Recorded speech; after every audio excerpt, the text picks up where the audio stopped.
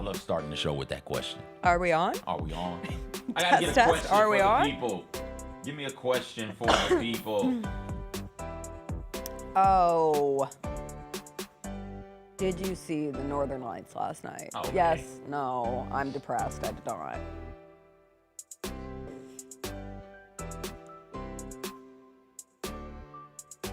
It's National Pizza with the Works Except Anchovies Day. That is a really specific day.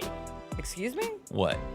Pizza with the works with no anchovies? Yes. Does the works normally include anchovies? I would not put anchovies on the works. Okay. I think you have to be very anchovy specific. What's the works then? I think of the works as mushrooms, olives, peppers, some sort of meat, pepperoni, a sausage, cheese. It's also Fancy Rat and Mouse Day. Ratatouille? Okay, here we go. That's the question. Best. Fancy Rat and Mouse Day? Yes. Watched mice die on 2 TV shows What? 2 days in a row, and I feel like I'm being sent a sign from the mice. Yeah, quite sad. Give me a popular mouse or rat. Mickey. Mickey. There we go. That's a good one. Pinky. We're going Pinky. Yeah. You said Remy. Yeah, Remy. The Ratatouille. Is Speedy Gonzalez a mouse? He is a mouse, but we don't see Speedy Stuart anymore. Little. Speedy or Stuart Little? Stuart Little. Stuart Little. Those are some good options. The Chuck E. Cheese mouse would have been a I think fair he's game. a rat. And Chucky Whatever, a rat. you said mice or rats. I did say that, but could have been together. Well, I think when we were kids, he was a rat, but now he's a mouse, maybe. Interesting. Or maybe flipped it. I don't know. What was the song? I like Jack Jack from Cinderella. The song was a song that I was completely unfamiliar with called Gatsby by an artist named Kalimosa. How are you unfamiliar with it and it's on your playlist? It's in my music library. What does that mean? It means it exists, like I've downloaded it at some point in time. Anyway, I liked it. It was nice. It was a nice little Are you listen. keeping it? Yeah, I'm keeping it. I contemplated. What's up, everybody? It is Wednesday, November 12th. It is going to be a good day. Jessica Benson with you from the Grind City Media Studios in Memphis, Tennessee. CJ Hurt behind the glass coming up on today's show. The Grizzlies lose in New York City, but another game tonight in Boston. We'll get into all things Grizzlies. Memphis Tigers lost last night as well in Oxford. They had a chance, though, and sounds like Memphis Ole Miss will be a rivalry on the basketball court for the foreseeable future. That's a good thing. We'll do some Oops, We Missed It Again stories from the week we have not gotten to. Amongst them, new All-Star game format dropped last night in the NBA. Will USA versus the world save the All-Star game? We have a G League player who's committed to play basketball at BYU, and interesting firings across the sports world this week. DeAngelo Williams will join us as he does each and every Wednesday. Never know what we'll chat with DeAngelo about. And we'll do some WTF stories from the week as well. We'll probably get into the Northern Lights that were here yesterday. There's some new Grok things. And we'll get into the Big Ten drama with private equity and USC and Michigan trying to stand tall against that. It's a Wednesday. We get into all sorts of things. You know what we say. Who's the leader of the band? Is it? God, I tried to sing the Mickey Mouse song and I just absolutely That's what you were butchered it. doing? M-I-C-K. The heaviest metal credit card of all time. Rumored to be one of only 18 in existence. Plated with the very same tungsten that forged the International Space Station. And wielded at business dinners like a samurai sword. It's a classic corporate power move. But the real power move? Having end-to-end visibility on your most critical shipments. FedEx, the new power move. Nate Bargatze. Look, I say a lot of dumb stuff. I try to keep it in front of large groups. Seems to go better that way. Big Dumb Eyes World Tour. When you say something dumb one-on-one, it's a lot for that person. I'll say it, then I can just feel that they feel the weight of my life on their shoulders. Tickets and info at NateBargatze.com. Don't miss the Big Dumb Eyes World Tour. Nate Bargatze. Thanks for showing up, Memphis. Nothing beats catching your Grizzlies IRL, and nobody knows that better than you. So next time you want to hit up a game, Ticketmaster's got your back with tickets to every upcoming matchup. Whether you're catching the Grizzlies at home or on the road, you'll find tickets at Ticketmaster, the official ticket marketplace of the Memphis Grizzlies and the NBA. Keep putting that jersey collection to use and get Grizzlies tickets today. There's no better brag than saying you saw it live. See you courtside again soon, Memphis. It's early, but top 4 in win shares per 48 minutes in the NBA right now, Cedric Coward is in that group. You want to know who else is in it? Who? Victor Wembanyama, Luka Doncic, and Giannis Antetokounmpo. I like that company. That means the American player with the highest win share per 48 minutes, Grizz rookie Cedric Coward. The Gary Parrish Show, live on weekdays at 10 a.m. on YouTube at Grind City Media and the official Grind City Media app.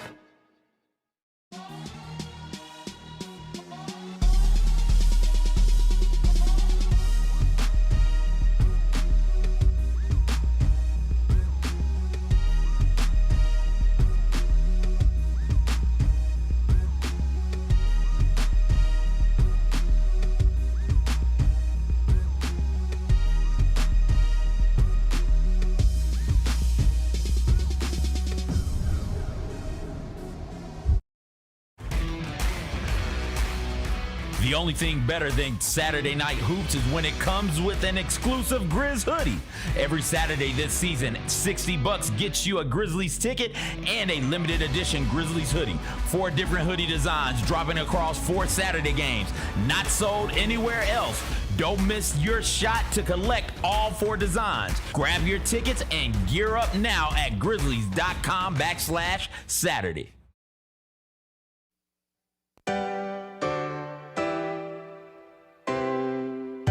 Feels great to feel the sunshine. Gotta own the day like it's all mine. Just got paid in his own time. Been working hard, I've been on the grind. I deserve this feeling, having my way. I've been on this healing. This is my day. The sun's out, ay. Let's have a little fun now. Ay. I wanna let it all out. Ay. That's what it's all about. Ay. Ay. 'Cause I deserve this feeling of having my way. I deserve this healing. This is my day. Grind City Media presents The Jessica Benson Show with CJ Hurt. Live from the Grind City Media Studios on YouTube at Grind City Media and the official Grind City Media app. What's up, everybody? Happy Wednesday to you. If you can make it through Wednesday, you can make it through the rest of your week. Oh, heavy sigh from Jacob in my ear. What a way to start today's show. But that is how it feels coming out of last night's happenings at Madison Square Garden, where the Memphis Grizzlies fell to the New York Knicks 133-120. I'll start with a positive. I do really love the sound of the organ coming out of my TV. I found myself wistfully thinking about Madison Square Garden last night. For a moment, I tried to go like full hater mode. I was like, it's just world's most famous arena. At what point does that get old? And then the organ played, and you see it all, and you're like, oh, the history. It's Madison Square Garden. That's where we were at last night. The live music component of playing in Madison Square Garden is cool. I love that part. I would like for the Grizzlies, just on a random thought, just one night, say, hey, we're going to have a live band organ? playing. A saxophonist? All of it. I mean, we have a house band. Let them play during the game. During it. Just instrumental. Just the instrumentals. Yeah, because that's all the organ is doing. True. It's not like us on instrumental. Yeah. It's squabble up on instrumental. What was another good one? I can't remember all of them, but there were just some real good instrumentals on the organ. Just cycling through. Let the house band do instrumental versions of whatever pop songs they can think of. Obviously, the Grizzlies starting this road trip with a loss, less than ideal. But can I tell you the thing that disappointed me the most last night? Before we get into the X's and the O's. Sure. You came in excited to tell me about this also. She came and said, I can't wait to tell you this. I'm so excited. I'm going to wait and do it on air. I think this is the biggest statement of where the Grizzlies are at right now. Okay. There was no Timothy Chalamet at Madison Square Garden last night.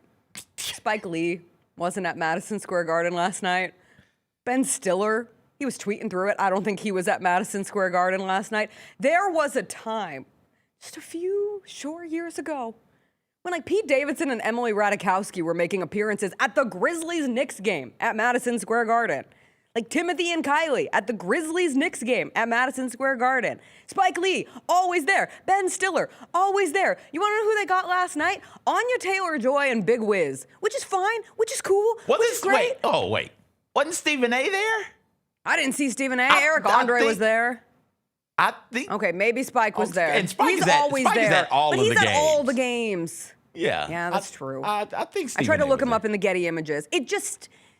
There used to be celebrities that sought out the Grizzlies playing at Madison Square Garden, and they would go, and that was the game that they wanted to see. And now it's just another Tuesday at Madison Square Garden. The chat is saying Spike was at the game. Okay. Mike tweeted it. Spike was there. Yeah. Spike was there. We're safe from Spike. Timothy wasn't. Now I question all of your. I promise you, Timothy wasn't. He's out doing his little Marty Supreme. I thought Spike was gone. Spike is meeting with the Pope soon. What? It's like Pipe. Spike Lee, that's a different actor. Spike. That's a different set of movies. Kate Blanchett are scheduled to meet with the Pope in like a special one-off meeting. So I thought they were already in that cycle of the that's my new the name. travel world. But alas, it's just like there wasn't that big star sitting courtside last night, and I do think that's a testament to, okay, this isn't a marquee matchup for the Knicks, right? It's just another home game that they're going to win by double digits, which is how they have won now their last 5 home games. Like, this Knicks team is very good. They are a contender, and so we got the trend of this season for the Grizzlies, where when they face these teams that are legitimate contenders in this year's NBA, they have not been able to find a way to win. Now, I did appreciate the end of the game. Really, truly. Like, not in a moral victory kind of way. We don't do those. Those are super lame. But just in a sheer measuring where the team is in its totality kind of way. Like, measuring their response to adversity, their in-game response to adversity. These last 3 games, they have shown fight. They won one of them against the Dallas Mavericks, and were one notch on the way to the Mavericks ultimately firing Nico Harrison. But they got that win, and they showed fight against the Thunder, and they showed fight against the Knicks, especially in the fourth quarter of that game. I cannot get mad at the late game effort. I can get mad at 33 points off of 22 turnovers. It is really hard to win a basketball game when you give up 33 points off of 22 turnovers. Even late in the fourth quarter when they're making their comeback. When the Knicks had a stretch where they couldn't hit the broadside of a barn, and the Grizzlies just could not capitalize. And one moment of it was, I think Ja was getting ready to check in, and it was a 10-point game, and it was either Vince or Cam who turned it over, and it resulted, Vince to Cam, and it resulted in a Jalen Brunson 3 on the other end. And that's how it went as the Grizzlies got closer. It was like, oh, the Knicks are going to make another 3. And that was the story all night, too. The Knicks made a stupid amount of threes. Like, every time tracking the stats through this game while watching it, you're watching a game, and then you're looking at the statistical evidence from the game. You're like, the Grizzlies are shooting like 50% from the field. The rebounding battle, pretty even. What's going on? Oh, they have double-digit turnovers, and they're allowing double-digit threes, and ultimately they get outshot at the three-point line last night by 24 points. The Knicks made 8 more threes. The Knicks shot 40% from 3 on 55 attempts. And again, mathematically speaking, it is really hard to win a basketball game when that is the case. CJ, I got a little grouchy watching this game, I have to admit. I talk about being inspired by the end of it. That 19-0 run in the first half, I didn't like that. That made me a little angry. So I found myself a little on edge watching this one. Jaren Jackson Jr.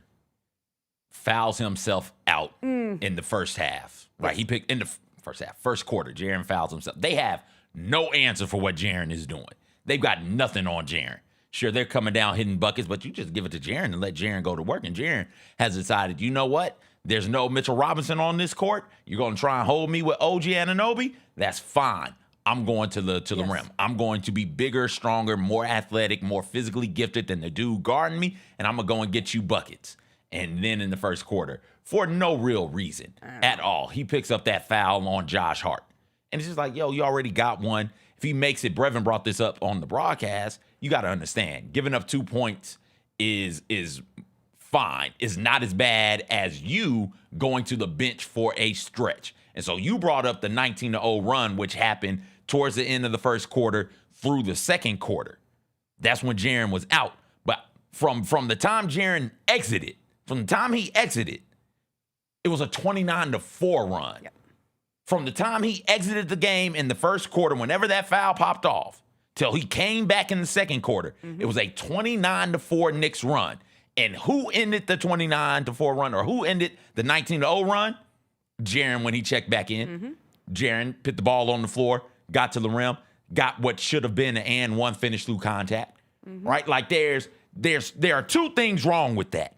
The first thing wrong with it is, come on, man, stay on the court. Please, for the love of God. The second thing wrong with it is anybody going to step up? Anybody?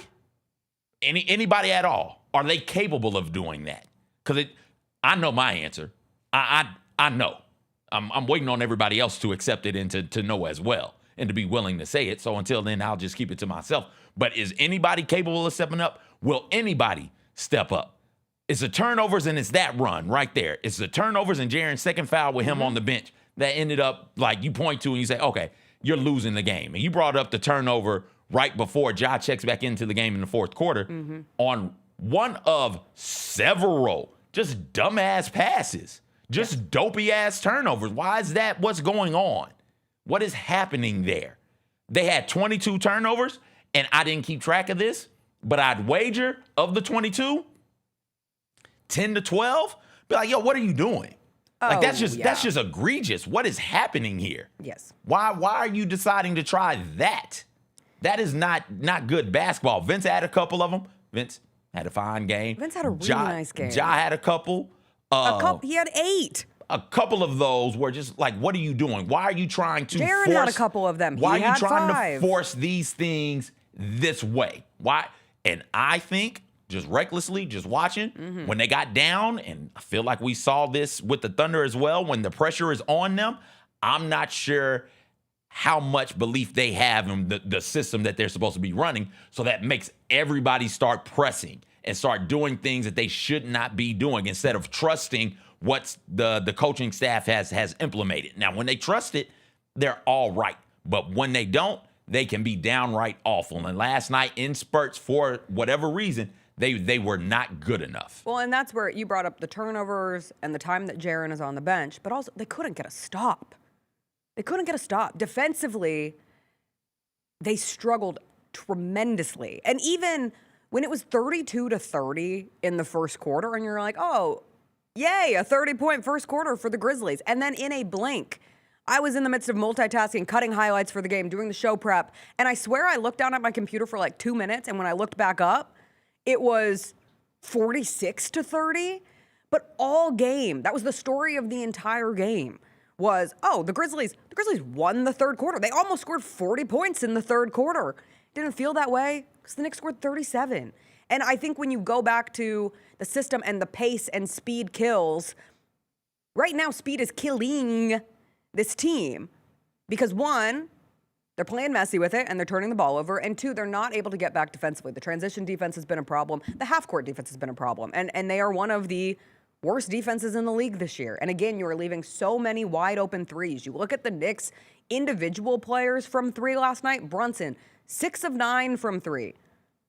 Bridges, 3 of 9 from 3. Cat, 3 of 8 from 3. Shamet, 2 of 4 from 3. McBride, 3 of 6. Clarkson, 3 of 5. I mean, they're all shooting above 50% from the three-point line for the most part, and it's because they're getting really good open shots. And that's where the frustration is. I think somebody said that, I can't remember, it might have been the TV broadcast, but the Knicks scoring 114 points through 3 quarters, that's the most points a Knicks team has had through 3 quarters of basketball since 2008.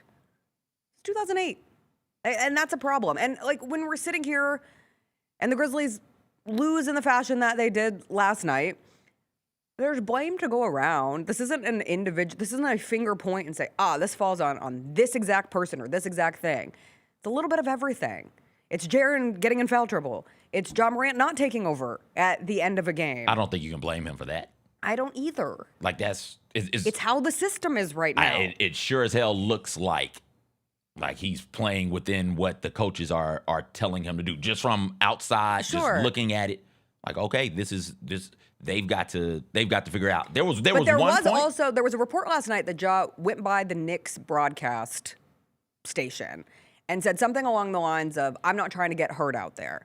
And that's good. Like, nobody wants to go get hurt. But I do think there is a change in mentality that perhaps comes from both him and from the coaches and from everyone around him. What was said? I don't know the specifics, so that's where I don't want to. All right, and I don't know what time it came in the game. There's a difference in this is what I have to do, or this is what I'm told to keep from getting hurt, and I don't want to get hurt. Right? Yes. There's a difference, and until we figure that out, I can't believe that Ja's out here like, yo, I can't go out there and get hurt. We saw him go to the lane hard twice to end quarters, get hit hard, no call, hits the ground hard. And so I think he's so still frustrating. I think there's still a desire to do that.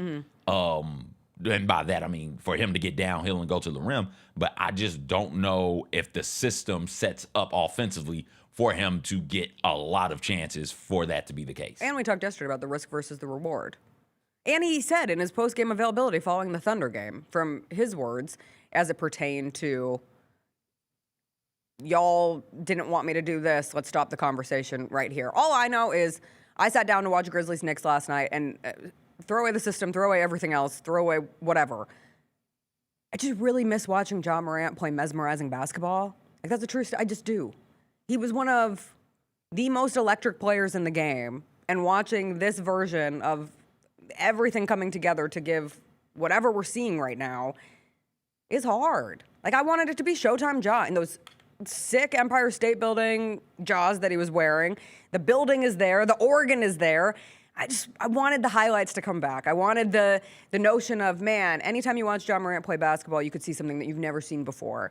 And that's just not the case right now. And a part of it is we haven't seen Ja and Jaren play an infinite amount of minutes together this season. When you talk about the two best players, the supposed two best players on this team, the substitution patterns have not always allowed for us to see that in excess.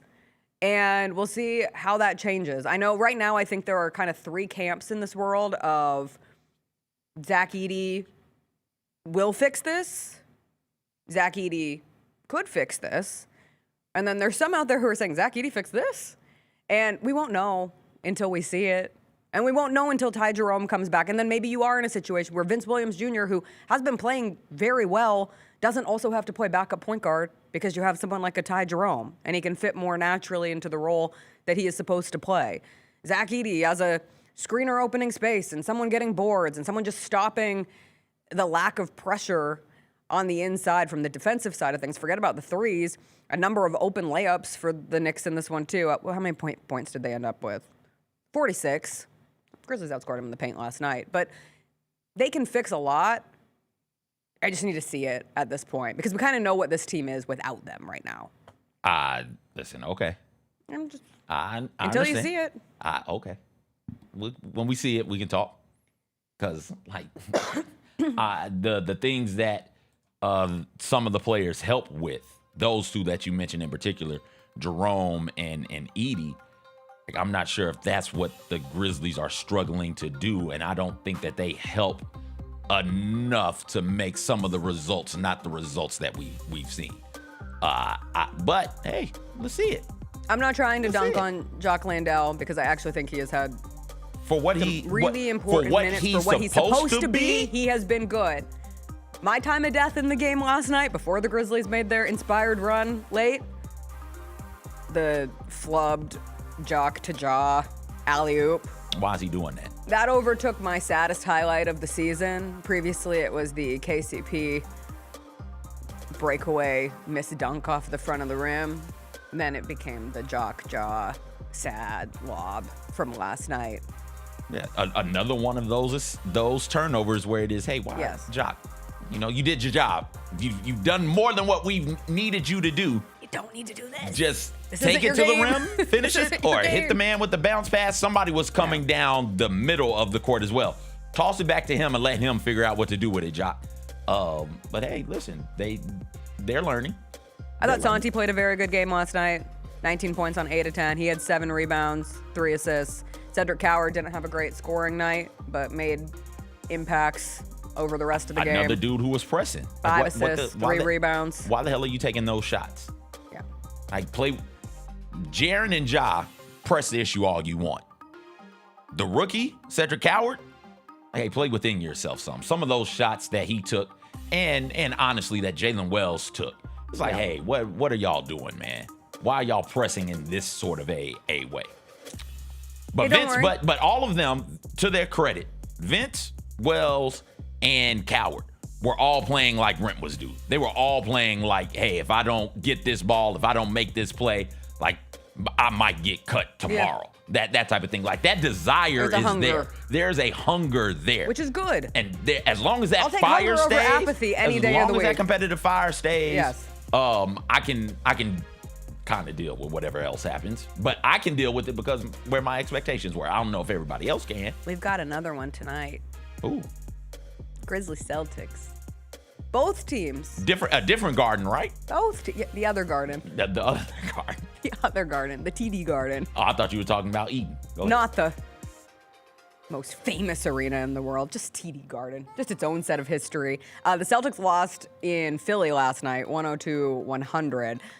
So they will also be on the second night of a back-to-back. They also had to travel back to Boston. Neither team traveling particularly far, both in East Coast games. But we'll see. The Celtics are also below 500. The Celtics are also obviously dealing with their own share of injuries. No Jason Tatum. So perhaps this is a game where the Grizzlies can get right in the midst of a road trip that doesn't have a whole lot of spots to get right on it. That game is once again tonight at, I think we have another 6:30 one. Yes, 6:30 p.m. Central Time in Boston.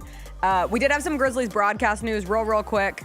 Grizzlies are back on WMC this year, which is awesome. The first game is going to be the Thursday, November 20th game against the Sacramento Kings.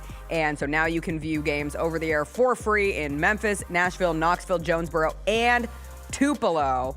I love the fact that you get local Grizzlies broadcasts. It's obviously your FanDuel Sports Network crew of Pete Pranica, Brevin Knight, Rob Fisher, but the opportunity for more eyeballs to see this team is always a good thing, and we are 7 games total that are going to be on WMC Action News 5. We'll take a quick break. The other Memphis basketball team was in action last night in Oxford. We'll get a little into the Tigers' loss to Ole Miss. We'll get into some oops, we missed it again stories from the week, and DeAngelo Williams still ahead after a quick break.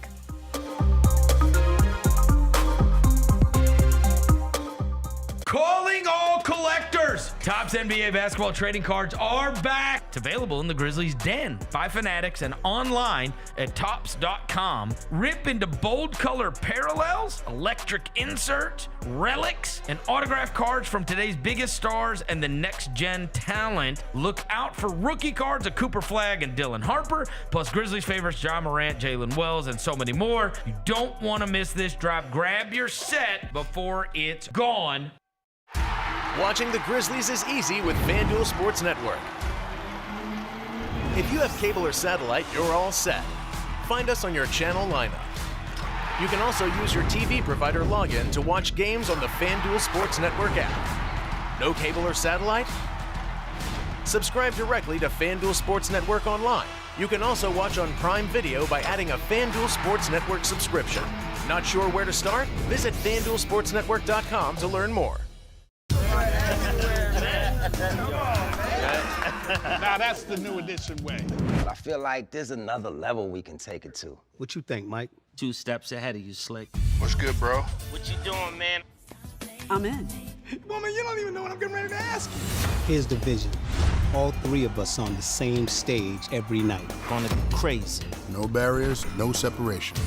It'll be like 9 kings and a queen. The next level starts now. Thanks for showing up, Memphis. Nothing compares to catching your Grizzlies IRL. And that all starts with buying tickets at Ticketmaster, the official ticket marketplace of the Memphis Grizzlies and the NBA. Ticketmaster gets you to the game so you can catch every highlight. Put that jersey collection to use for the next game and get Grizzlies tickets at Ticketmaster. Whether they're here at FedEx Forum or on the road, Ticketmaster's got your back when it comes to scoring tickets. And there's no better brag than saying you saw it live. Kroger shoppers and Grizz fans. Want exclusive last-minute discounted ticket deals texted straight to you? Sign up with the new Kroger Buzzer Beater deal. Fans can sign up by texting Grizz to 636-479 or visit your local Kroger store in the Delta Division and scan the QR code. By signing up, you agree to receive recurring automated promotional and personalized marketing text messages from the Memphis Grizzlies. Consent is not a condition of any purchase. Message frequency varies. Message and data rates may apply. Check this out. Last season in the NBA, there were 139 40-point games. We're like 5 days in, 6 days in, and we have had 16 already. It is on pace for over 300 40-point games. Holy crap. That would be the pace. Yeah. The Chris Vernon Show, live on weekdays at noon on YouTube at Grind City Media and the official Grind City Media app. Sonic Radio. Welcome back to Sonic RNDIO. That spells radio with me, the CIO. This just in, the new Sonic $1.99 menu lets you build a crave-worthy meal for just $1.99 an item, whether that's a creamy shake, crispy tots, or a quarter-pound double cheeseburger. This just out. Ostriches. They're mean, not very cute, and in my opinion, way too big for a bird. Don't miss the Sonic Fun 99 menu. 5 items, always $1.99. Live free, eat Sonic. Tax not included. See menu for details.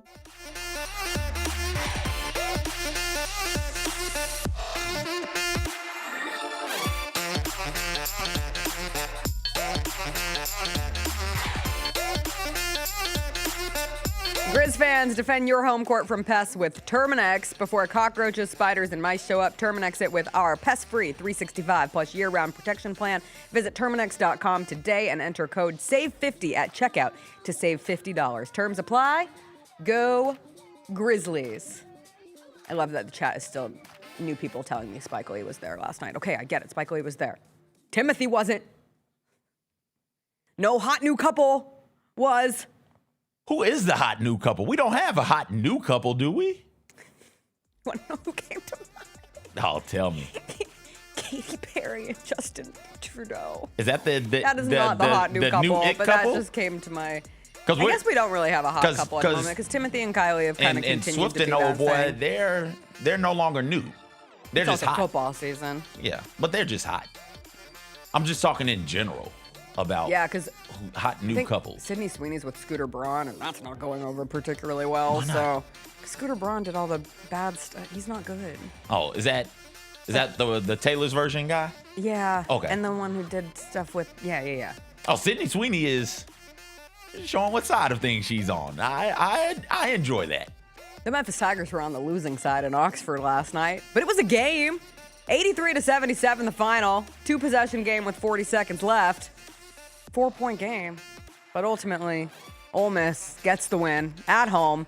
Memphis offense kept up defensively, just couldn't get stops. Stop me if you've heard that about a Memphis basketball team playing last night. Another Memphis team getting lights out shooting from their opponent from 3. Rebel shot 61% from 3, 8 of 13. This Ilias Carmidine from France is legit. He's 22 years old. He played professionally in France. I think he was the FIBA Under-20 Eurobasket MVP back in 2024. He was cleared by the NCAA to play for Ole Miss this season. Cap tip. Every time I turned it over to that game, it was either him or that Keza Giffa. Quite the name duo over there at Oxford. But they were like 15 and 21 in this game for a combined 41 points, and truly felt like every time I turned it to the game, they were scoring. And I was like, oh, these are the two best players for Ole Miss this year. That said, Memphis played a tough game. Would expect that they can have a get-right-ish game against UNLV, who lost last night to Montana. And already lost to UT Martin. When is the UNLV? Sunday. Here? Sunday at home. Yeah. Passengers return? Yes. Yeah, that's going to be fun. Yes. Hopefully. I also did love that Chris Beard, after the game, said he wants this series to continue. And I think that's an important thing, right? Like for Memphis and Ole Miss to continue to play each other in basketball. He said he wants whatever it is, home and home, neutral site, wasn't sure where we're at in the contract currently, but that they want to play Memphis. And that is a nice thing to hear from an SEC coach, to want to keep this alive. Yeah, you have to have a coach who on one side is okay with potentially losing to a good team, and another coach who is okay with potentially losing recruiting battles for talent in the area. And I think Penny Hardaway is okay with that part of it. For so long, some of these coaches were like, hey, we don't want Ole Miss or Tennessee to come in here, play us, beat us, and then we lose out on some of the recruits in the Mid-South, and recruits particularly in the city of Memphis. And you've always had the side of things where it's, hey, I'm an SEC team, I play an SEC schedule. Why would I risk a loss in the out of conference when I know I'm going to get a chance to get good wins in conference? So hopefully one of these regional rivalries stick. And I don't know if this is doable or possible, But like I would, if I could, with Memphis, try and partner with the SEC and say, hey, listen, can we get one of Ole Miss, Arkansas, Tennessee, like in a rotation on the schedule every year, so that we don't have to try and get one of those teams on the schedule every year for the risk that I stated previously? And if not, fine, but you got to find a creative way to get at least one of them and Louisville on the schedule every year. And Louisville should be on the schedule every year regardless. Louisville and Cincinnati should be on the schedule every year regardless. I saw some sentiment about that Carmody player from Tigers fans. Like, you're telling me we had to fight to get eligibility for Dane Danger, and yet a 6-year professional European player can play? Listen, get used to it. Like, in truly bizarre sentences from yesterday. The James Wiseman side of things, where it's like, oh, come on. And I get it. You're suspending him for high school? Into the back of your head. I get it. You're suspending him for high school? Because now fast forward 6 years later, from the Wiseman side of things, like a G League center yesterday committed to BYU. Just reading that felt wrong. Like, G League center Abdullah Ahmed has committed to BYU per Rivals. And he's the second player this week to do this, because G League guard London Johnson committed to Louisville on Monday after playing in the G League for 3 seasons. The kid who's going to, or the young man, who is going to BYU, he's 22 years old. He was already cleared by the NCAA to return to college basketball. He played 2 years in the G League with the Knicks, appeared in 15 games. This is the way that it's going to be. Like, as long as you did not go through the draft process and have not signed an actual NBA contract with the team, so that takes away all two-way players and guys who have played in the NBA.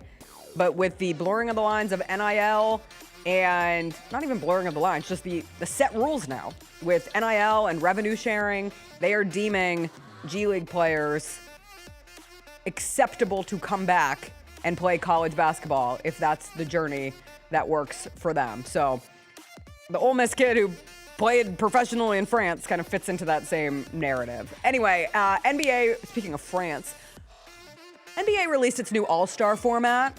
It's USA versus the world, as was expected to be the case, which sounds a little scary for USA. That's my first take on this. Some want to say, will this save the All-Star game? I think the All-Star game is probably unsavable. More importantly, is USA going to have a fighting chance against the world, even though you are going to have 2 USA teams, 1 world team? It is a 3-team round robin with 2 US teams, the 1 world team, 4 games, 12 minutes each. 2 from round robin will meet in game 4 for a championship. It's still 24 All-Stars. It's 12 from each conference, positionless balloting, starters and reserves. And if it doesn't split naturally with 16 and 8, well, Adam Silver can just add however many are needed. They're going to make it work no matter what. You can add to make it the case. Again, I look at this and think, unless it is the 2 American teams together joining up to go up against the world team, I'm skeptical about our red, white, and blue. Okay. Well, you very clearly aren't proud to be an American, where at least I know I'm free.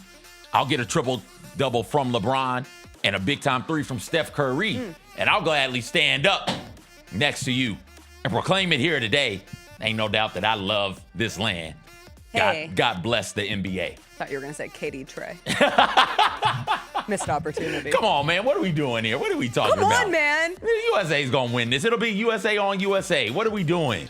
In the Olympics, those world players are scattered. That's fine. Put them all together. I don't give a damn. Bring them through. You don't get the little shivers with Jokic, with Wemby. No. You didn't see him. You didn't see him wave off. Say ISO 3 on me. No. I'm Victor Wembanyama with Luka. But with Giannis. Didn't Wemby hit that over an international player? No, I don't care at all. I don't care at all. You're saying a minute, Benny. Cold-blooded American. Put Bam Adebayo out there. Put Allen. Okay, put Allen out there. I just named you 2. Who are your all-star centers? Bam and Allen. Okay. Throw Cat out there.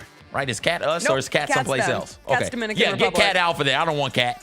Anyway. Cat's on the world team. Yeah, that's fine. Okay. Shut him down too. Lock him up. Clamps. I don't know if I even mentioned SGA. Canadians on the world. What? We could, if we want to go defense, we could just throw Mikal Bridges at the dude. Right? Like, come on, man. Stop it. We got these boys on lock. Drew Holiday's got to still be playing somewhere, doesn't he? Lock him up, Drew. Is he going to be an all-star? Probably not, but Probably not. Throw him out there. Lock him up. Lock down. Let's go, Clamps. Internationally, they can't compete with us. Oh. What are we talking about here? Why would I be nervous about any of that? Okay. Who's holding Anthony Edwards, internationally speaking? Is LeBron James still playing? Yep. Cool. Who's holding that? Is LeBron James still playing? I haven't seen him this year. It doesn't matter. He's going to be an all-star. You know he'll be an all-star. They'll call him and be like, LeBron. Come on, man. Steph, Kevin Durant, and KD on the phone. Come on, man. If we do it, you have to do it. It's like, I just want to go to a beach for an all-star We could do break. old man Americans with younger Americans and still be able to handle international. What are we talking about? Those Thompson twins on the same team? What are we doing here? Alexander called your sarcastic optimism unsettling. Clamp them up, Alexandra. I have to agree. I'm not sarcastic. I'm serious. We make basketball players over here at the rate of which nobody else does. The only thing we make more of over here than basketball players is football players, because we're America, damn it. We do this shit right. We got them on lock. They don't want this. Who you gonna throw out there? Throw Jokic's big ass out there? We'll play him off the court. Who's he holding? Who can he keep up with? Get him out of here. Jokic, best player in the world. Sure, fine. Jokic, but best player in the world. When we have a team of Americans, what's going to happen here? Yeah. Get out of here. Can I be honest in my all-star, like how to save the all-star game? The only thing I think would work at this point. What? Just make it a part of the NBA Cup. Have the game, the championship game from the NBA Cup, be your all-star weekend game. And then do the ancillary stuff around it, dunk contest, three-point contest, whatever else you want to do. And then give the players an actual break, too, right? Like, so many of the best players end up being a part of all-star weekend, don't really get more than like 2 days off. So have it all connected to the Cup. But I know we don't like to connect things because that loses money-making opportunities. Like, these are two different cities hosting two different events, whatever. But I think that would give energy to the Cup and would give energy to the all-star break. Or the all-star game, all-star weekend. I like that. Isn't that nice? I like that. And you could still name all-stars. Be like, hey, guys, you're an all-star. We need you here this weekend to promote the game. And here's how we're going to let you promote it. We're going to have you doing, like, social clips and media interviews on TV. Like, we're going to have you being personable. Because that's what people enjoy about all-star weekend, is getting a look at a player's fun side. Nothing like walking into a locker room if you're Nikola Jokic and you're like, wait, Wemby, why are you reading? And it's like, oh, I read before every game. What? Or the LeBron Kobe picture where they're together. Like, we just want those moments where you get to see players interacting with themselves. The bromance between Nikola Jokic and Luka Doncic, right? Like, that's what we're here for. Did you see the Wemby comments on that book moment from like this past week or something? He was like, Nikola Jokic, very good basketball player. Not very funny, though. Like, wow. Damn. They're coming for each other. We got to take a break because DeAngelo Williams is going to join us. Jalen Brunson as well. And won't we have Jaylen Brown? Lock him down. Clamp him up. Jaylen Brown finally gets to participate in the Team USA versus it'll be World four experiences. teams of Team USA, and we just split it up. All-star level. Yeah, let's go. Clamp. They don't want to see it. We got them. We'll be straight. That's called toxic patriotism right there. We'll send our rookie team out there. We'll lock them up. Clamp them. Oh. Have you heard about Cedric Coward? Like, he's the next Kawhi Leonard. What are you talking about? Clamps. Every time you say clamps, an angel gets his wings. DeAngelo Williams on the other side. We'll hit our other Oops, We Missed It Again stories in WTF because they kind of fringe into that territory anyway. DeAngelo Williams, unfortunately, have to talk about a Memphis football loss. We'll get with him after a quick break.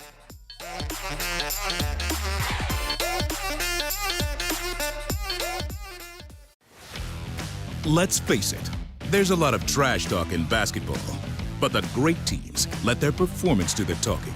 Like Ford F-150 with Pro Power on board, a class-exclusive industry-first feature that turns your truck into a mobile generator and leaves the competition speechless. Ford F-150, official truck of the Grizzlies. Greatness starts here at your Mid-South Ford dealer. Class is full-size pickups under 8,500 pounds, GBWR.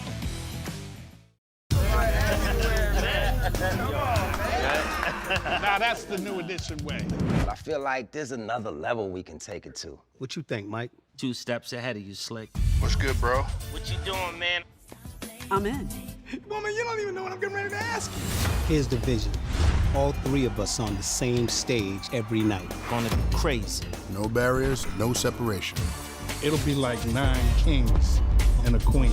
The next level starts now.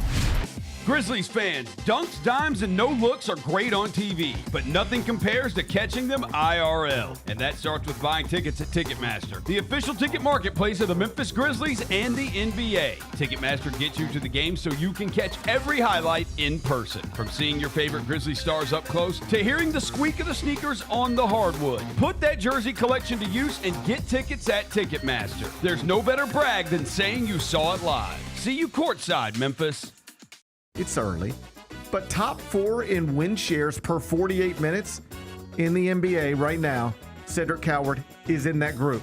You want to know who else is in it? Who? Victor Wembanyama, Luka Doncic, and Giannis Antetokounmpo. I like that company. That means the American player with the highest win share per 48 minutes, Grizz rookie Cedric Coward. The Gary Parrish Show, live on weekdays at 10 a.m. on YouTube at Grind City Media and the official Grind City Media app. Jeff Dunham, artificial intelligence, his all-new tour. Just a ham. You're the other white meat. How can you be so smart on one hand and so stupid on the other? Well, you're half of it. I realize I could have avoided all this years ago with one simple word. I do not. Silence! Don't miss a Memphis. Friday, April 10th, FedEx Forum. Tickets on sale Monday, September 29th at jeffdunham.com. The only thing better than Saturday Night Hoops is when it comes with an exclusive Grizz hoodie. Every Saturday this season, $60 gets you a Grizzlies ticket and a limited edition Grizzlies hoodie. 4 different hoodie designs dropping across 4 Saturday games. Not sold anywhere else. Don't miss your shot to collect all 4 designs. Grab your tickets and gear up now at grizzlies.com/Saturday.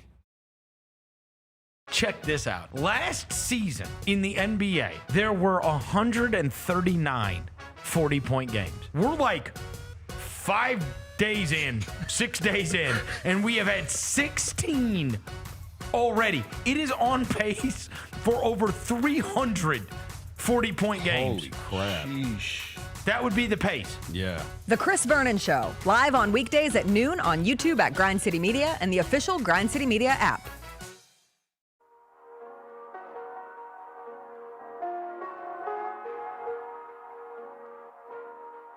Welcome back. Yes, CJ. We could do an all-white American team and still be fine against the internationals. That is a lie. They've got nothing for Tyler Hero. They can't handle our dick. Get out of here.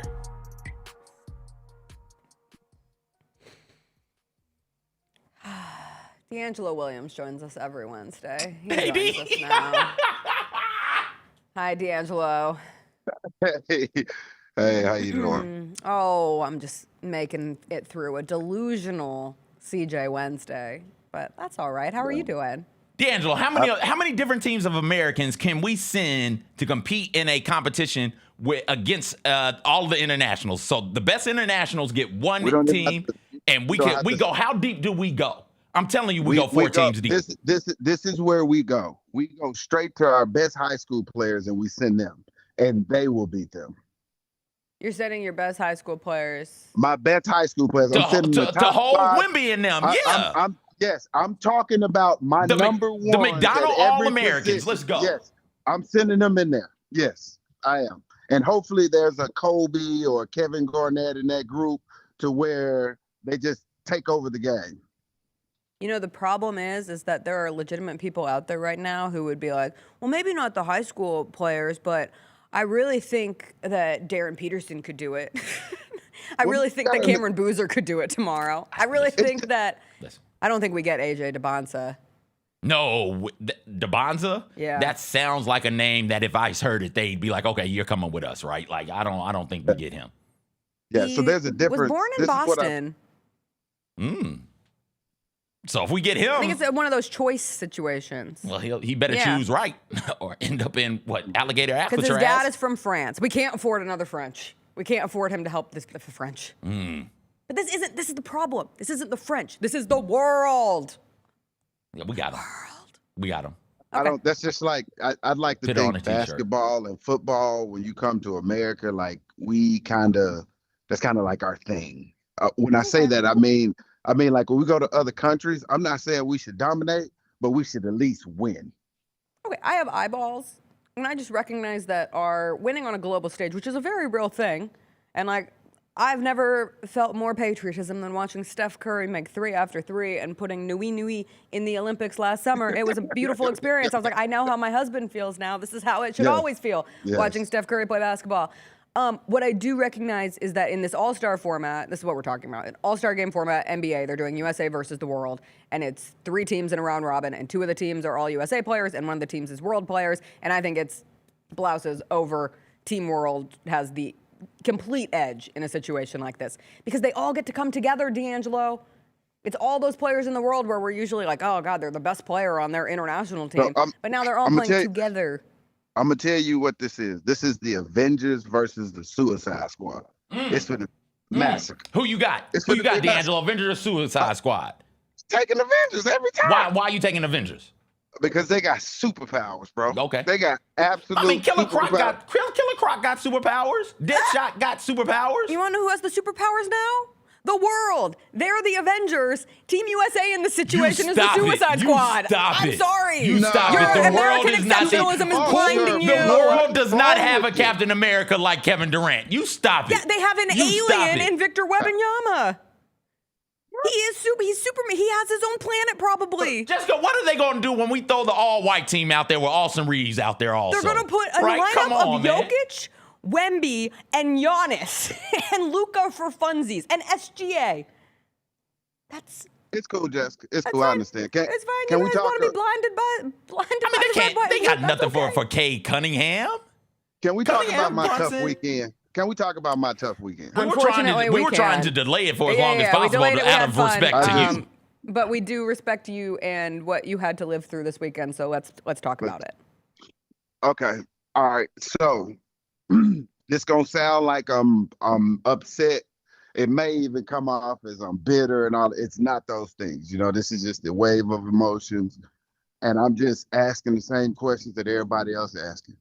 Why the hell are we still rushing 3 guys? Like, why are we rushing 3 and dropping 8? Like, can somebody also answer this question? If you know your quarterback banged up, why the hell are we running quarterback draws with the quarterback that's banged up?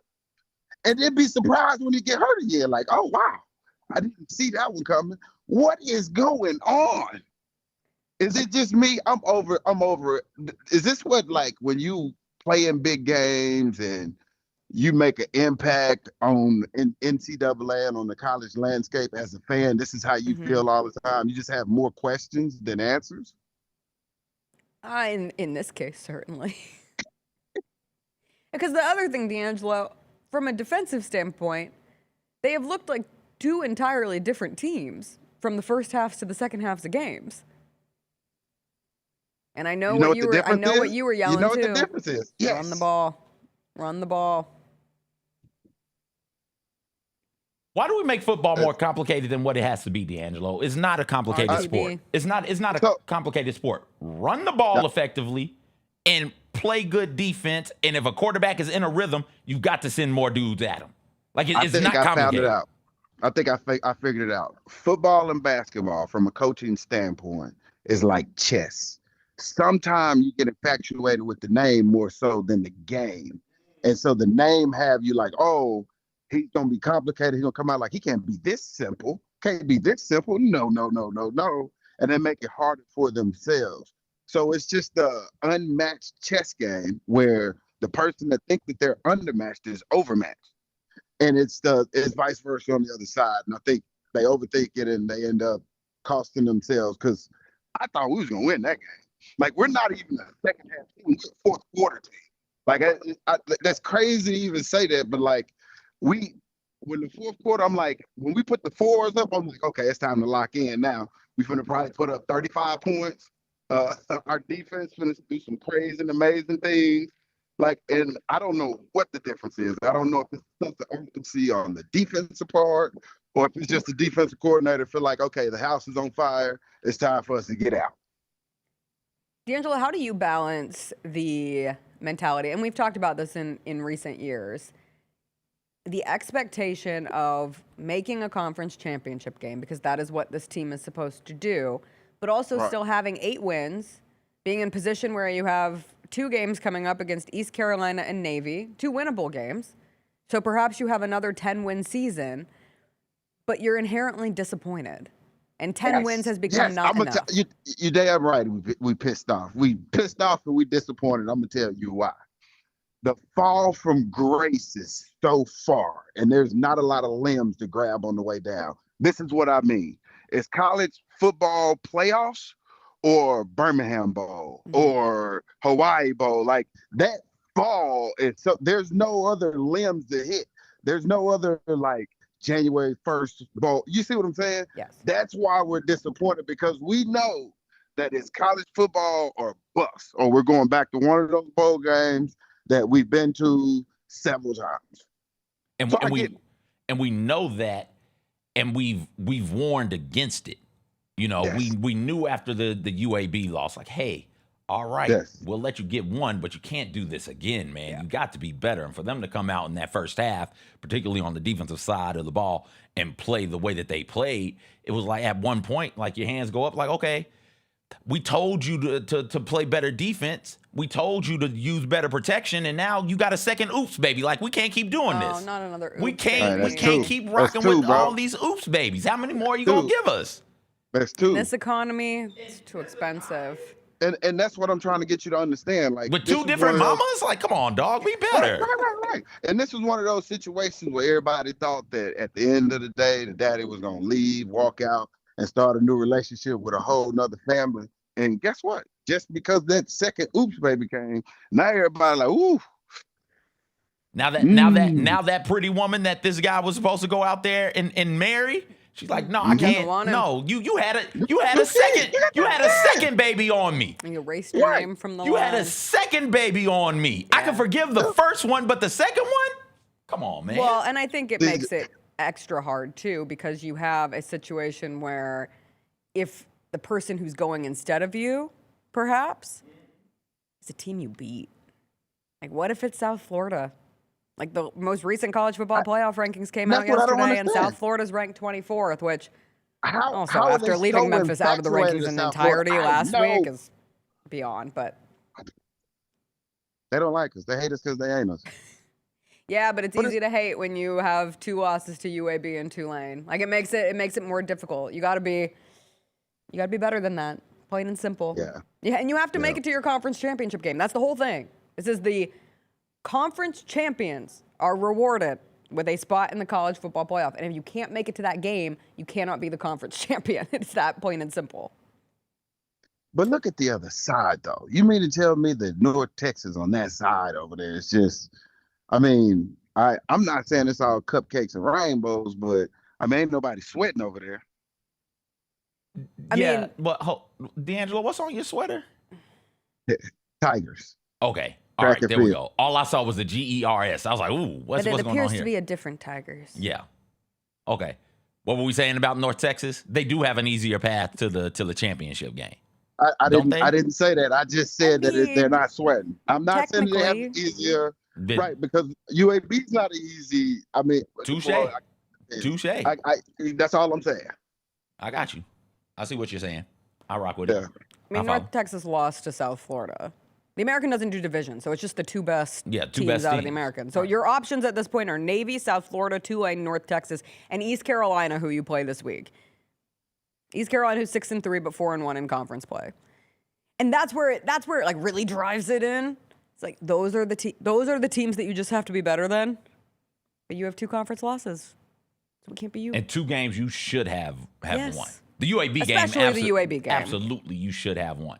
And if you had to play better defense, in the first half, and only in the first half, because the second half they only gave up 3 points. If you had to play better defense in the first half, that's beat every game. That's every game. Anytime we make it a half, whatever the score is, if it's close, I'm like, oh, we finna blow this team out. Because we just that much second half team. Fourth quarter, I'm sorry. Yeah. I'm sorry that you had a tough weekend. And I do respect your feelings. Oh, no, it got worse. 49ers lost. And, it's been bad because we have this group of people that are, annoying Cowboy fans. And every time I think they get more joy out of us losing than them winning. Oh. That's hard. That's because y'all are arrogant assholes. Get out of here. 49ers fans get real arrogant. Whoa. Real arrogant. Whoa. And y'all are damn near Cowboys bad, DeAngelo. Whoa. Y'all are damn near Cowboys bad. Damn near. CJ. No. CJ, Yeah, they are. They are. No, they're successful. Don't do this to our friendship, CJ. Successful Don't do this win. to our friendship, CJ. Don't do this to our friendship. More successful CJ. than the Cowboys. Yeah, that's why I said damn near. Okay. I said damn Thank near. you. Damn near. What have they won? Yeah. DeAngelo? I don't know how people are Cowboy fans to this day. Like, if you're a fan after 2001, like, you're a loser of a loser of a loser. Because they haven't won anything. Like, what have they done to earn your fan? So I understand you have Cowboys friends, which is why this is probably hot. But like my Niners loving husband, I think his ire is more directed right now at the fact that your divisional opponents are two of the best teams in the NFC, and the Rams and the Seahawks. Like, he hates the Seahawks more than probably any other team in the NFL. Look, it's not the Seahawks for me, it's the Rams. Yeah.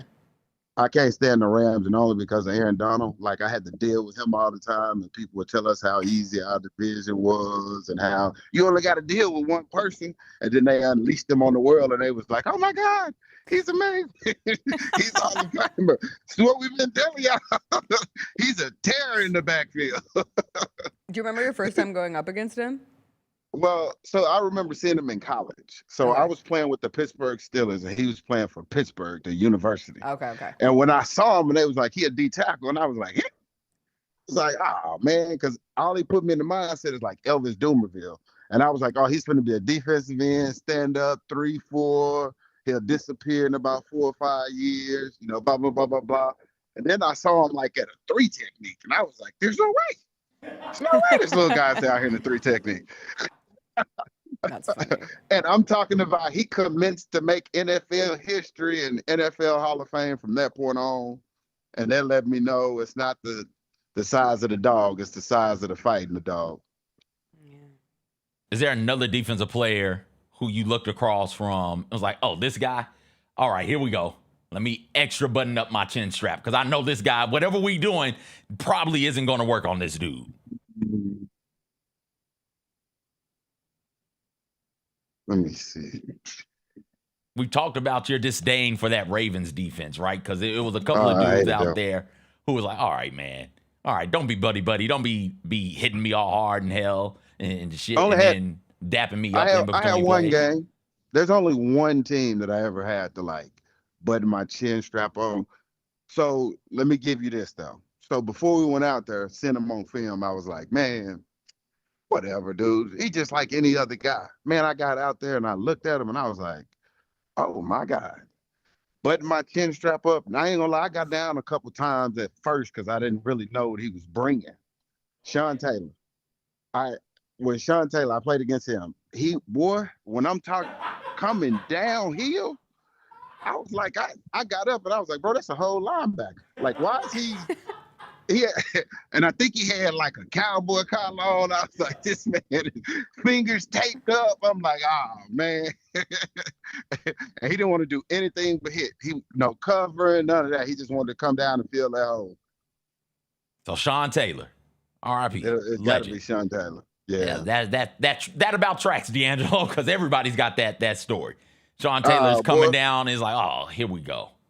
Sean Taylor had was it Sean Taylor, Ed Reed, who had to hit on the punter in the Pro Bowl? Taylor. Sean Taylor. Okay. Yeah. But here's the thing, though. He was always around the line of scrimmage. So you couldn't tell him from the linebacker. So, hell, they were all linebackers to us here.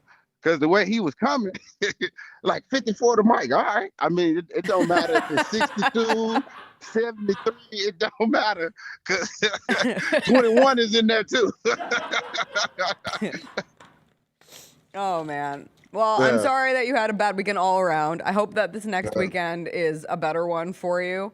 Yes. That at least Memphis gets a win over East Carolina. I will be there. Oh, you'll in be North there. Carolina. You're gonna go. Right. I go to all of ECU. Look, my nephew is going to play for Charlotte, my godson. Okay. His dream school is University of Memphis.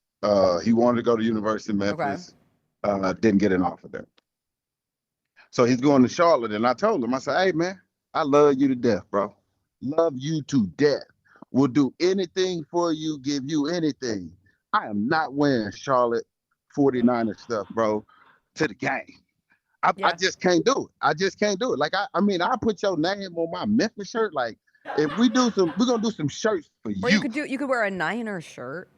Man, you lost your mind. No, like a San 49er Francisco shirt. Niners. I'm talking about that green that they be I wearing. know, Like, but it could be a compromise. Look, Angelo, you're doing the right thing. Just get a custom-made shirt with him on it. I'm gonna tell you something. What you ain't gonna do is catch me out somewhere and somebody snap a picture of me in some guard, like, oh boy, especially somebody we play. Yeah. Man. Yeah. But they don't play Charlotte. They play East Carolina. I know, but I'm saying Don't we play blend them together. They're in our division, though. I mean, they're in our conference. I know they are. So what are you? I mean, They're 0-6. It does not Actually, matter. they're 1-8. I'm sorry. Oh, okay. He's going there next year, though. Yeah, he's not there yet. That's not his problem. He's gonna fix it. He can fix them. No, I don't. I told him, I said, I want you to be successful. I want you to be the all-time leading receiver. I want you to set records. I just need you to go lose every game you play to Memphis. I'm cool. Okay. I'm cool. I don't ask for much. Just lose every game you play to Memphis. Much. Yeah. You go undefeated until you play Memphis. DeAngelo, have a great rest of your week. Enjoy the farm. Enjoy your view. Enjoy the peace. And we'll see you next week. Thank you. Bye. Oh, he was showing us the view. We fade. Oh, look at that. I'm at peace. I could meditate to that view. Instead, we'll take a quick break. We'll come back. We'll get into some WTF topics. A little more on the Nico Harrison firing from yesterday. A little more on the Brian Kelly. Was it a firing? Was this man fired? Plus, we'll talk some private equity with the Big Ten. That's a weird story. We'll get into all that and more when we come back.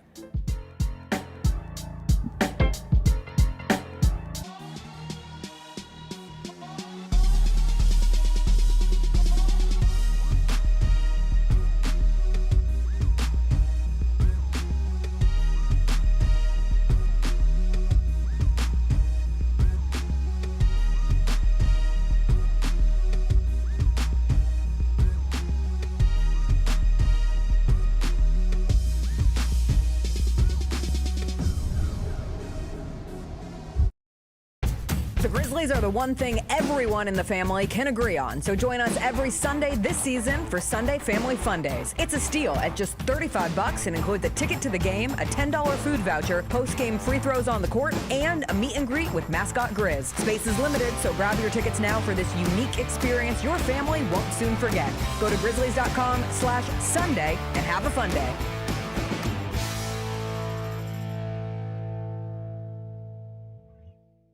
Calling all collectors! Topps NBA basketball trading cards are back. It's available in the Grizzlies Den by Fanatics and online at Topps.com. Rip into bold color parallels, electric inserts, relics, and autograph cards from today's biggest stars and the next gen talent. Look out for rookie cards of Cooper Flagg and Dylan Harper, plus Grizzlies favorites John Morant, Jalen Wells, and so many more. You don't want to miss this drop. Grab your set before it's gone. Kroger shoppers and Grizz fans. Want exclusive last-minute discounted ticket deals texted straight to you? Sign up with the new Kroger Buzzer Beater deal. Fans can sign up by texting Grizz to 636-479 or visit your local Kroger store in the Delta Division and scan the QR code. By signing up, you agree to receive recurring automated promotional and personalized marketing text messages from the Memphis Grizzlies. Consent is not a condition of any purchase. Message frequency varies. Message and data rates may apply. Grizz Nation gets set for tip-off 1 hour before every Grizzlies home game with the warm-up show. Get the latest news, notes, and analysis live from courtside at FedEx Forum. Who's going to be the tougher team that rebounds and prevents second-chance opportunities? Join me, Lang Whitaker, along with Michael Wallace, Jessica Benson, and other personalities from Grind City Media, Memphis, and around the NBA. 1 hour before every home game, live at Grind City Media on X, YouTube, and the official Grind City Media mobile app. Southland Casino Hotel is helping you navigate to Santa. Win your share of over $550,000 in free play and a brand new Lincoln. Here Comes Santa takes flight on Saturday, November 1st, when you can begin earning entries. And don't forget the grand finale drawings on Saturday, November 29th and Saturday, December 27th to win a share of over $40,000 in free play or a brand new Lincoln. Win big during Here Comes Santa, only at Southland Casino Hotel.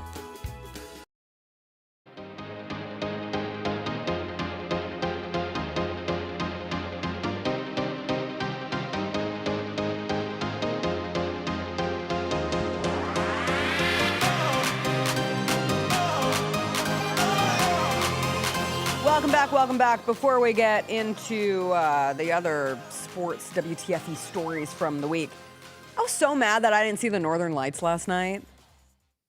Could you see them, or could you only see them through the phone? The okay, phone? so I've done that before. I don't need to do through the phone.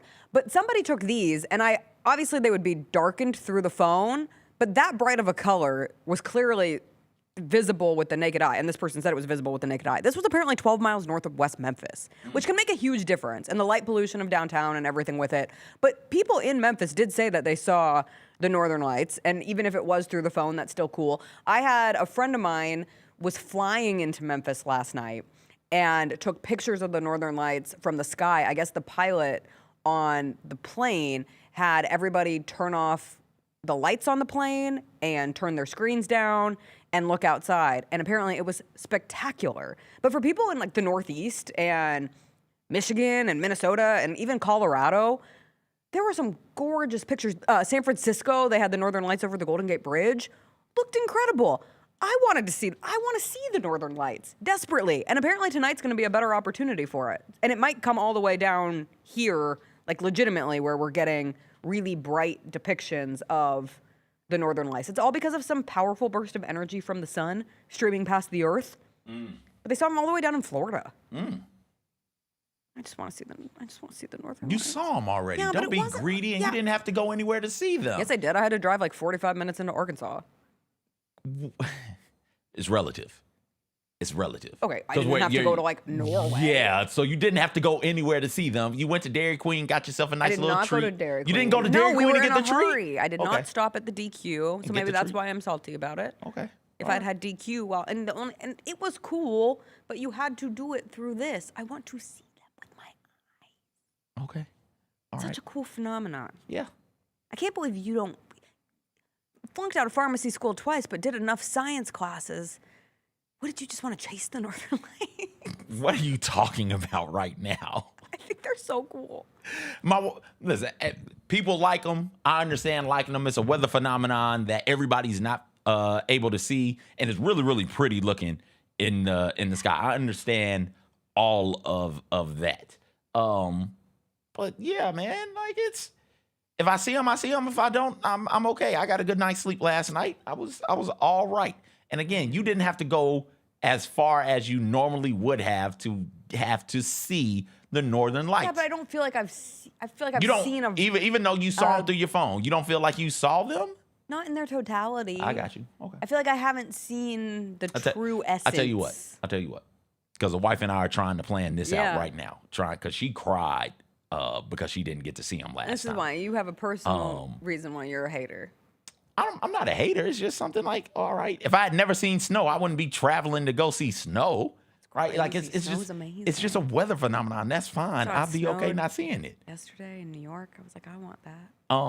No, you want it where? No, I just want flurries. Well, no, we don't want that at all. Mother Nature, don't bring that here. You know we don't handle that well. It's going to be 75 degrees tomorrow, so it's fine. But it's fine for right now, but February to get cold. Anyways. Stop distracting me. So sorry. We're trying to plan a trip to get up to the circle so that we give ourselves a better chance of seeing them. So when we finalize it, we'll talk to you and Chris because we know y'all like to travel internationally. And we'll try and get a couples trip somewhere to see these damn lights. You have no idea how funny that statement is. Why? Chris comes home last night and he goes, I'm planning a surprise trip. Oh, and I go, with what money?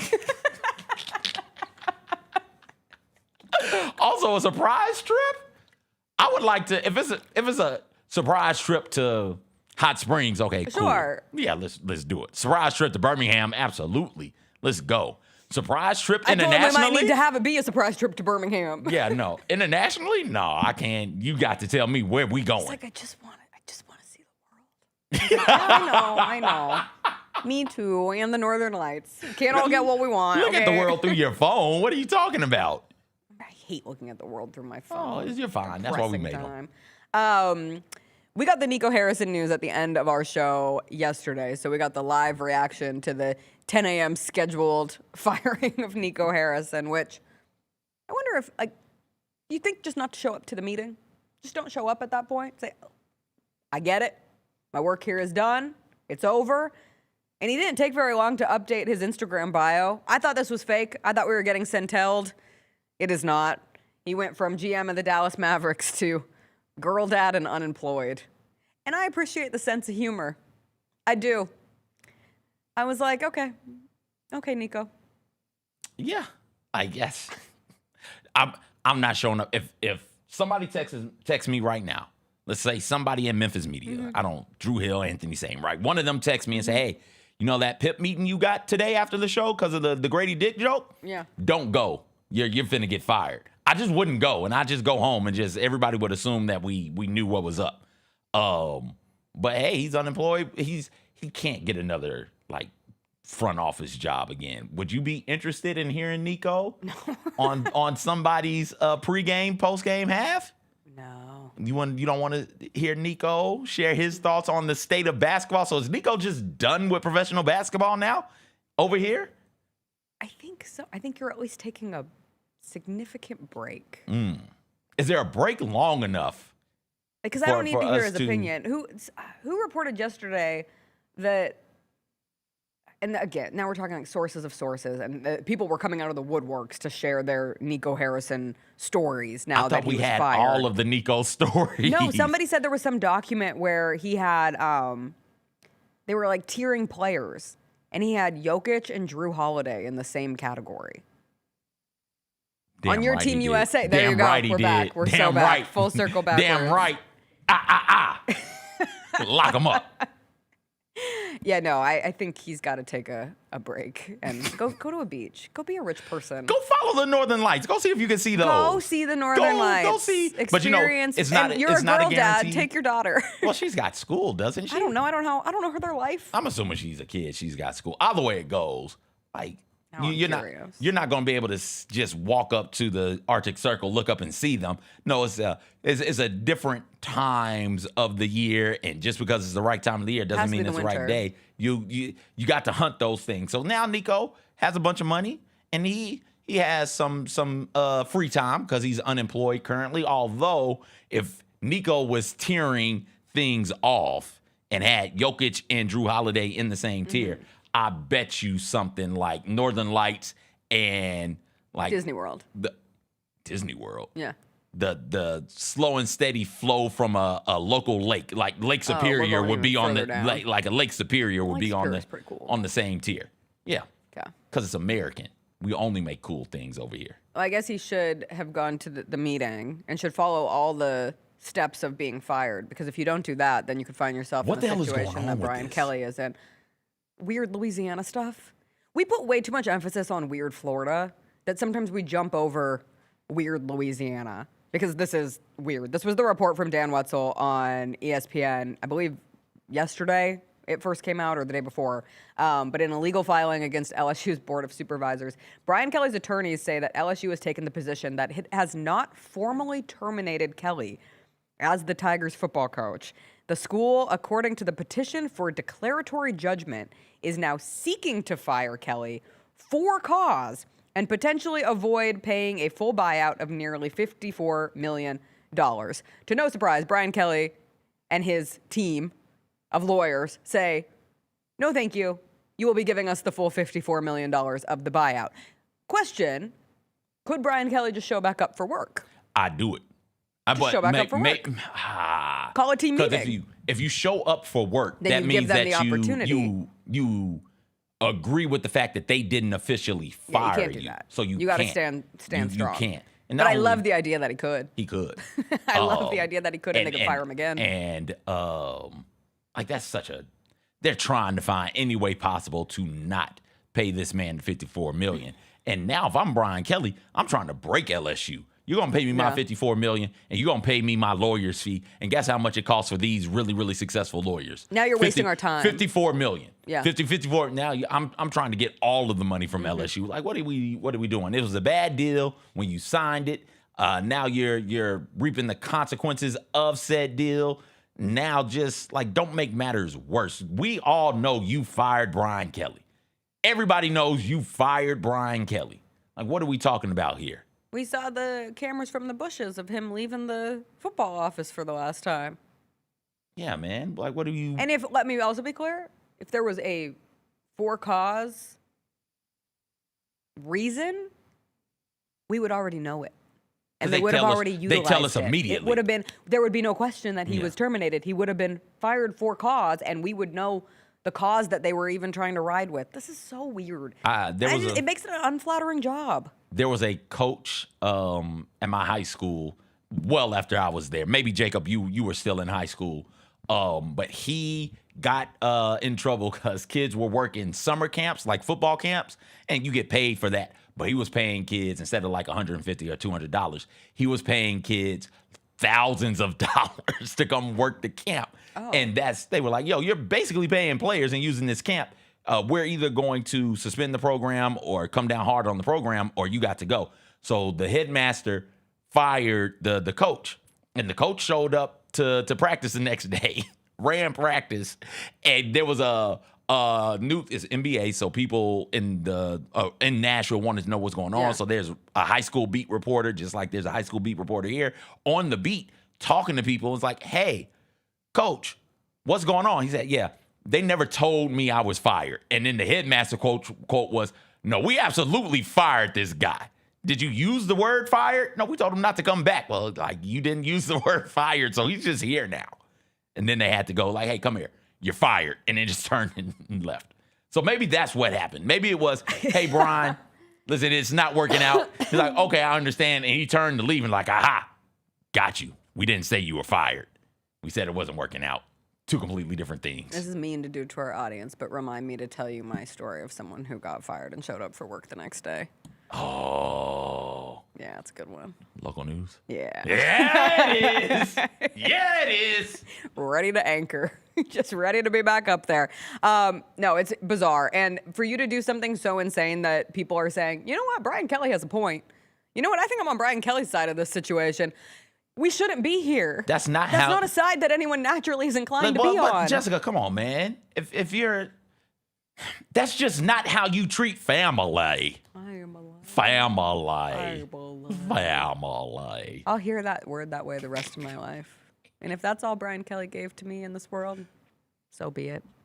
And some disappointing USC losses to Notre Dame back in the day, but it is what it is. Speaking of USC, my USC Trojans and CJ's Michigan Wolverines are coming together for the greater good because the Big Ten wants to move forward with a private equity deal, and they're willing to do it without USC and Michigan being on board, according to reports. The league has reportedly signaled to schools that it will hold a vote in a couple weeks on taking a potential 20-year, $2.4 billion deal with a California pension fund to extend the grant of rights for another 10 years. This all feels pretty nuts, and I really can't understand why they're doing this. In the most derogatory way, this is something I would expect the ACC or the Big 12 to come up with in an attempt to try to stay up with everything, but not the Big 10 that reportedly brought in $928 million in revenue last year and will bring in over $1 billion in revenue this year. And you're going to make even more money when the playoff expands to 16 teams. Seems more like can you not manage your money? Can you not budget? Versus we really need this excess money. And I think private equity is something that it's misunderstood. I don't understand it in its entirety either. But essentially, you raise a bunch of capital for institutional investors like a pension fund, which is the case that the Big Ten is doing, or endowments, or really high net worth people. And then the private equity firm invests privately into these companies, like the Big Ten in this case, and they try to technically improve the company's performance, but they do it solely for the return of investment, like solely for what they can one day sell it for and make money and return funds to the investors who bought in and not go into debt. And most companies bought by PE that we see in the news, at least, go under. I remember Red Lobster. And I know they've been trying to come back, and they've tried valiantly. But I was talking to a friend in finance once, because they get that stuff and I don't. And I was like, can you please dumb this down for me in just like the easiest terms? And they essentially compared it to being a homeowner versus being a home flipper. And when you're a homeowner, you do things for your house that make it withstand the test of time, that make it enjoyable to live in for the rest of your life. Like things that really create the foundation of a good home and a stable home. And when you're a flipper, like you're just concerned about the profit right now. So you cut corners, you do whatever you can to make as much money in the immediate versus having the longer valued product for a lifetime. And for me, that makes it really easy to be like, why would the Big Ten get into private equity money? And obviously USC and Michigan are thinking the same things. And they apparently had these not so secret meetings when USC and Michigan played each other a couple of weeks where they decided to band together and say, we don't want to be a part of this. We have no idea what the college football landscape, what the college athletics world is going to look like in 10 years, let alone 20 years. Why would we sign a deal today that locks us into something that could prevent us from the future money, especially when it comes to media rights? So this whole thing is just bizarro. I don't understand what they're trying to do. It doesn't make sense for you. You're a Big Ten school. You've got billions in endowment, billions with an S. Michigan's got 17. Penn State's got 4. Last time I checked, Northwestern's got about 10. Right? Like you've got billions of dollars in endowment, and football, like you said, is about to start bringing in billions of dollars in its own. Right. Why are you willing to pass this on to somebody else so that they get a piece of the pie when you're doing just fine, beyond fine? Because you look around and you compare yourself to your peers, you're doing pretty damn good when you think about what the ACC and the Big 12, and not a real peer, but they're in the same division. So Sun Belt, American, Conference USA, the Pac-12. Right, like you're making way more money than everybody but the SEC, and you're still making more than the SEC, to be clear. So why would you even want to step into this? Why would you even want to do this? The American, sure. and yeah, well, listen, you're not desperate. This feels like a desperate move. Yeah. And then how is everybody in the conference not moving the same way? That's where I'm really confused. Right, like that gets confusing. Do Michigan and USC have so much pull that they can say, okay, we'll be here. We just won't do this part of it. Like, and we could risk being kicked out of the conference because we're confident enough in our brand. Can they do that? Things go to a vote in conferences. It's supposed to be a collection of programs moving together. And if these two aren't, you usually say, all right, tough, because we voted and we got this many teams or this many programs who voted for it.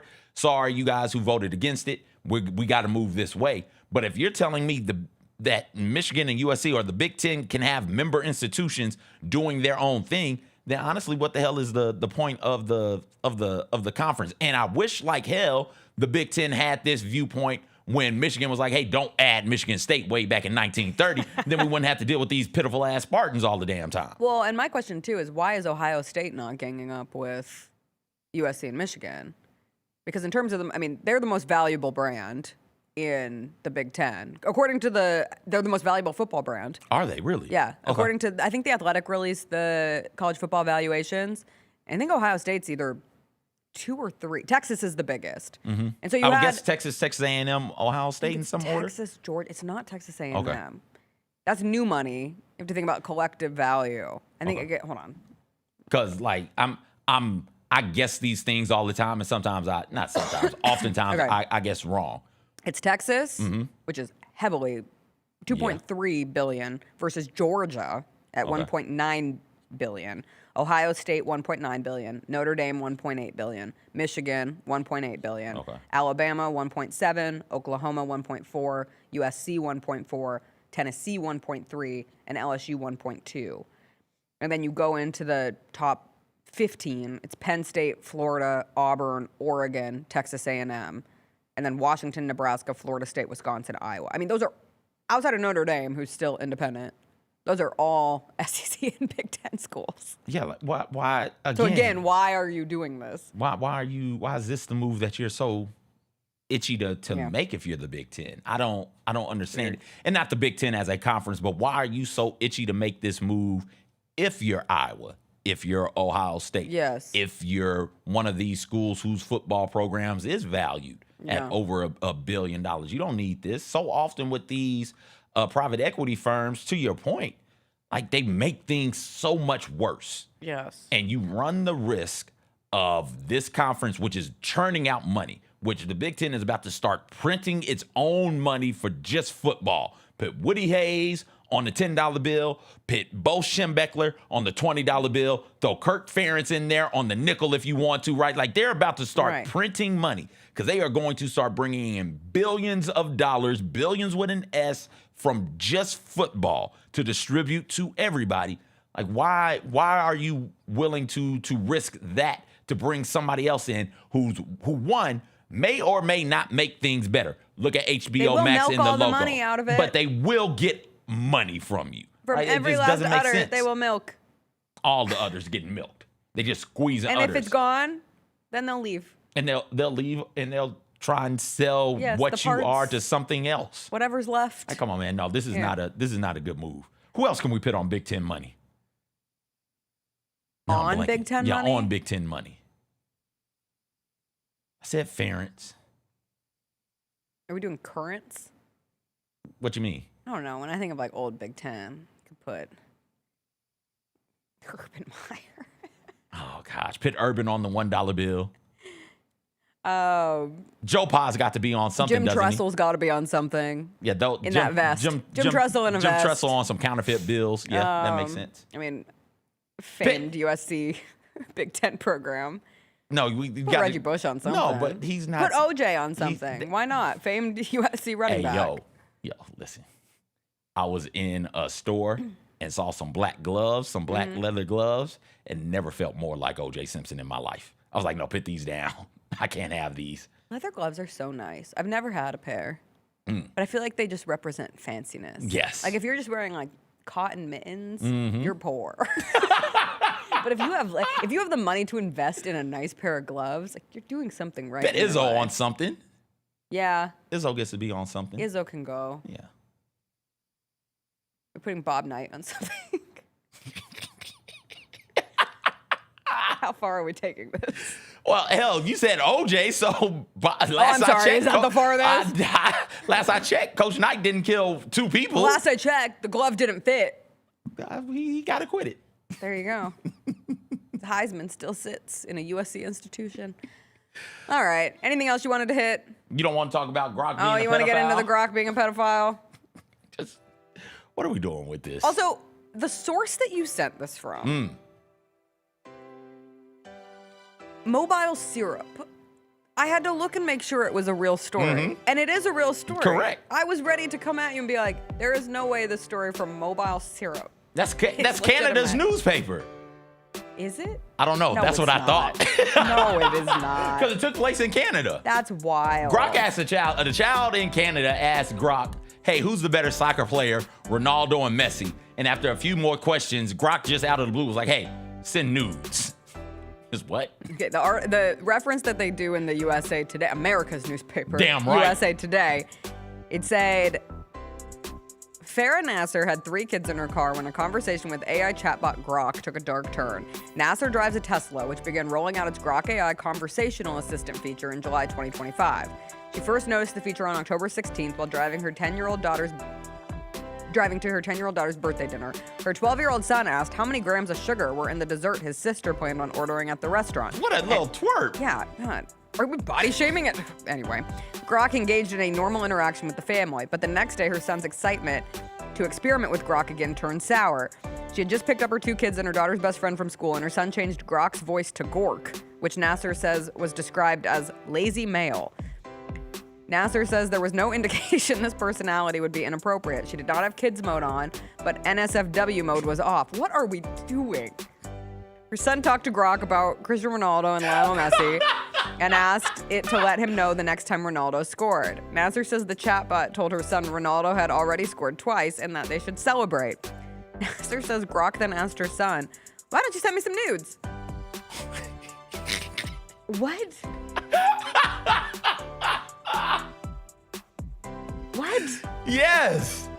You thought I was making stuff up. I really did. No, I would never make things up. I always check my sources. Now, not trying to play devil's advocate for But Grok that's because I a- don't care. That's a lazy dude, right? I would assume it was like, lazy dude, how do you celebrate sometimes when like a team wins? You take your shirt off. Like, or an athlete takes their shirt off. Okay. CJ in the booth takes his shirt off. All And the then time. somehow that jumped on the Or AI. Or they AI has studied enough lazy dudes to know that dudes aren't talking. Dudes aren't trying to spit game. Dudes just want you to send nudes. So after a couple of messages, it's just like, hey, send me some nudes. That's so scary. Yeah. We just toy with this stuff. We just play You see with the it like it's trailer fine. for the new Toy Story? I know you're not a trailer person, No, and I won't. but you know the concept. Unfortunately, I do. Yeah. Unfortunately. It was a cool trailer All that has a nice forebodingness to it. I'm excited for it. We'll talk about it in Theater Thursday tomorrow because it's a Thursday. We're drafting So something there- tomorrow. I there don't know are what. Different types of Groks.